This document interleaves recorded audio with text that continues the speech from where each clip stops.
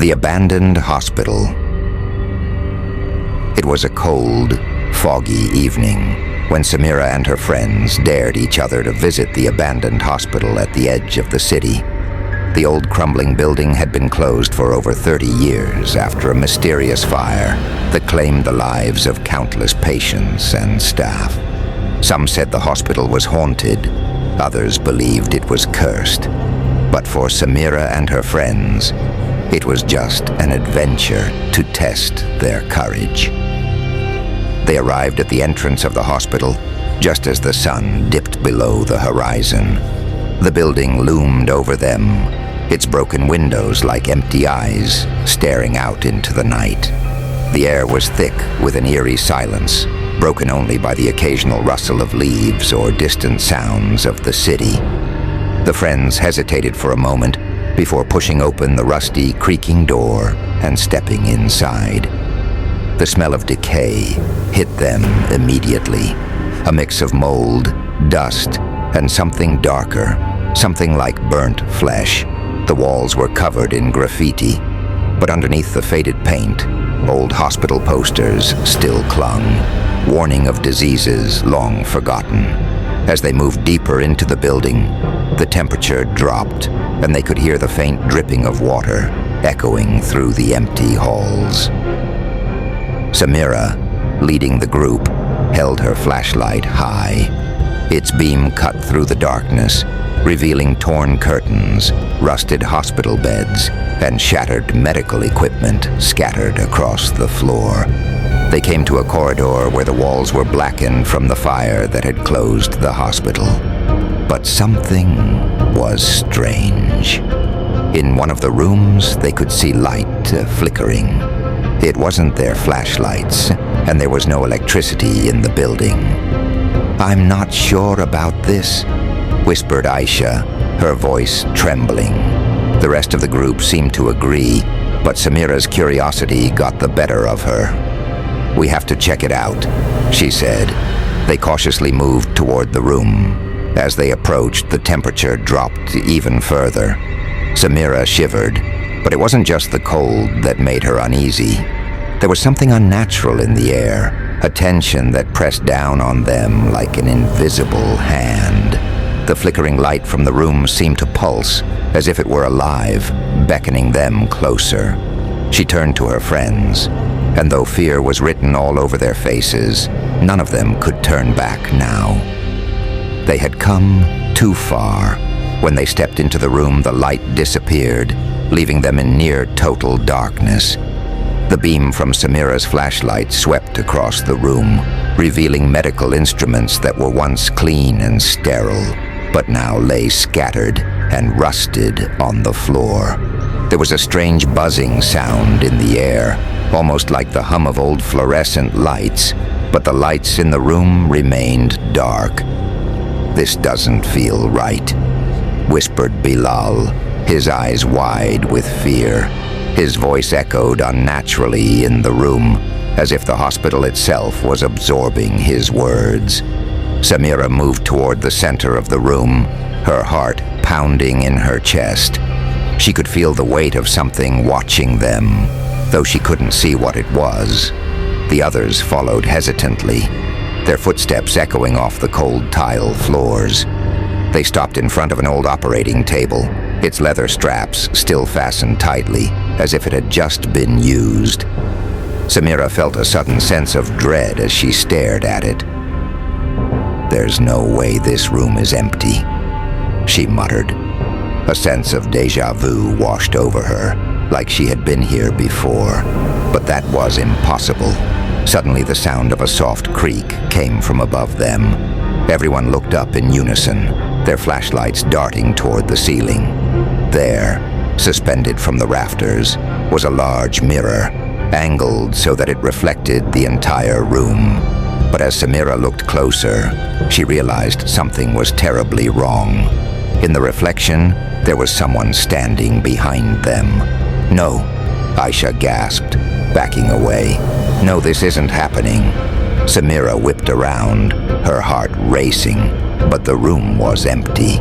She shone her flashlight at the corner where she had seen the figure in the mirror, but there was nothing there. Yet when she looked back into the mirror, the figure was still there, a shadowy form standing motionless, its features hidden in the darkness. "What is that?" whispered Bilal, his voice barely audible. The figure in the mirror didn't move, but Samira could feel its presence growing stronger, filling the room with an oppressive force that made it hard to breathe. Before anyone could react, the shadow in the mirror lifted its arm. The motion was slow, deliberate, and as it did, Samira felt a sharp, ice-cold sensation grip her chest. She gasped, clutching at her heart, as if invisible fingers were tightening around it. The figure's arm inched higher, and with each movement, Samira's breath grew more labored. "We need to get out of here," Bilal repeated, his voice shaking with terror. But the door they had entered through was now closed. Aisha ran to it, pulling at the handle, but it wouldn't budge. The oppressive energy in the room intensified, and the air became thick and suffocating. Samira's vision blurred, and she felt like she was being pulled into the reflection, into the shadowy world on the other side of the glass. "I can't breathe," Samira gasped, dropping to her knees. The figure in the mirror now loomed larger, its face still obscured, but its presence undeniable. Then, without warning, the mirror shattered. Glass flew in every direction, and the force of the explosion knocked them all to the ground. When Samira opened her eyes, the room was silent again. The mirror was gone, and the strange energy that had filled the air moments before had vanished. They scrambled to their feet, disoriented and terrified. The operating table now looked different, covered in dark stains that hadn't been there before. There was something deeply wrong with this place, something that went far beyond their understanding. "We shouldn't have come here," Samira whispered, fear now overtaking her curiosity. She had sensed it all along, that they had crossed into something dark, something that couldn't be escaped. Just as they were about to leave, a faint voice echoed from the hallway outside. "Help me." They froze. The voice was weak, barely a whisper, but it was unmistakable. Someone, or something, was asking for help. "We need to get out of here," muttered Bilal, his eyes wide with fear. Before anyone could move, the sound of footsteps echoed through the hospital. They were slow, deliberate, and seemed to be coming closer. The friends huddled together, their flashlights flickering as if affected by the presence of something unnatural. Suddenly the door slammed shut behind them. Panic set in as they rushed to open it, but it wouldn't budge. The footsteps grew louder, now just outside the room. Samira's heart raced. She turned to the window, hoping to break it and escape, but the glass was too thick. The air in the room became suffocating, and then they saw it. On the other side of the glass was a figure. It was a nurse, or at least what used to be a nurse.